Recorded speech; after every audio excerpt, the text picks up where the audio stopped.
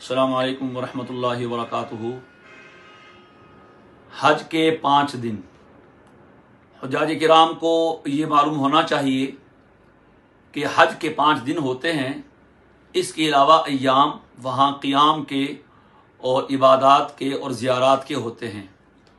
8 ذی الحجہ سے حج کا عمل شروع ہوتا ہے اور 12 ذی الحجہ تک، یا اگر کوئی چاہے تو 13 ذی الحجہ تک۔ سمجھ لیجئے ہر دن کے اعتبار سے 8 ذی الحجہ کو آپ نے حج کا احرام باندھنا ہے۔ اگر آپ حج قران کر رہے ہیں یا حج افراد کر رہے ہیں تو آپ کا احرام پہلے سے بندھا ہوا ہے، یہ طریقہ سارا بتا دیا گیا ہے۔ اور اگر آپ نے حج تمتع کرنا ہے تو آپ عمرہ کر کے اپنا احرام کھول چکے ہیں، اور اب آپ نے 8 ذی الحجہ کو اپنی بلڈنگ سے، عزیزیہ سے، شوقیہ سے، بن داؤد سے، شیشہ بن داؤد سے، یا مکہ مکرمہ سے، جہاں بھی آپ کا قیام ہے وہاں آپ نے حج کا احرام باندھنا ہے، غسل کرنا وغیرہ یہ طریقہ گزر چکا ہے۔ چونکہ ذی الحجہ کے ایام ہوں گے، اس میں قربانی کی وجہ سے بھی لوگ سمجھتے ہیں کہ بال وغیرہ نہیں کاٹنے، تو اگر کسی کو ضرورت ہے تو احرام کی سنت کو دیکھتے ہوئے بال وغیرہ کاٹ لیں، ضرورت نہیں ہے تو نہ کاٹیں۔ غسل کر کے احرام کی چادریں اوڑھیں، نیت کریں، حج کی نیت کریں، تلبیہ پڑھیں، اور ایک مرتبہ یہ بھی کہہ لیں لبیک بحجۃ۔ پھر آپ نے منا خیموں میں آ جانا ہے۔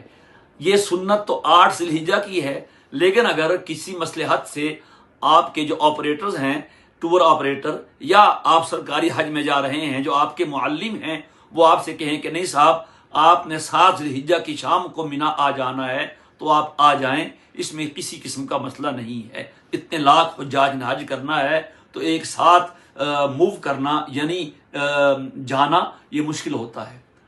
8 ذی الحجہ کو منا میں پہنچنا سنت ہے، ظہر سے پہلے۔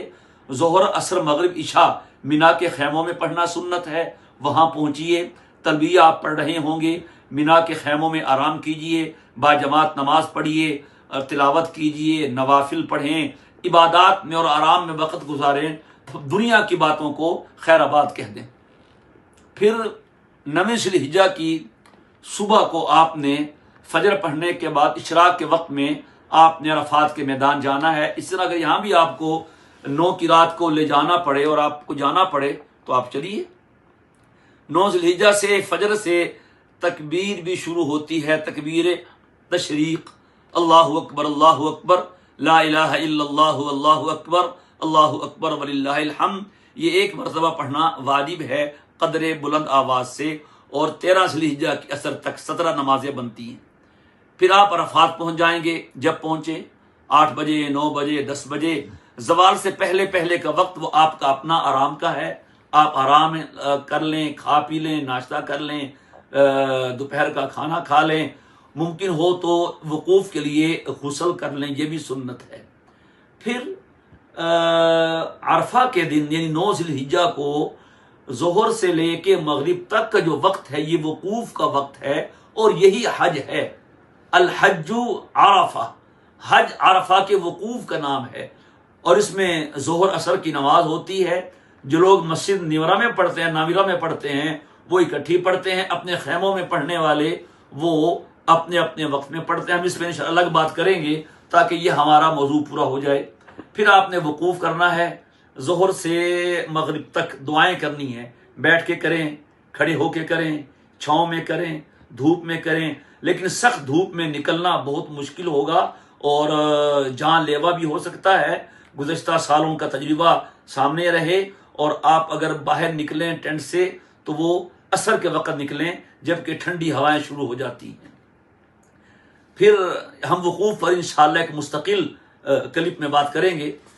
پھر آپ مغرب کے بعد یہاں سے روانہ ہوں گے مزدلفہ کے لیے۔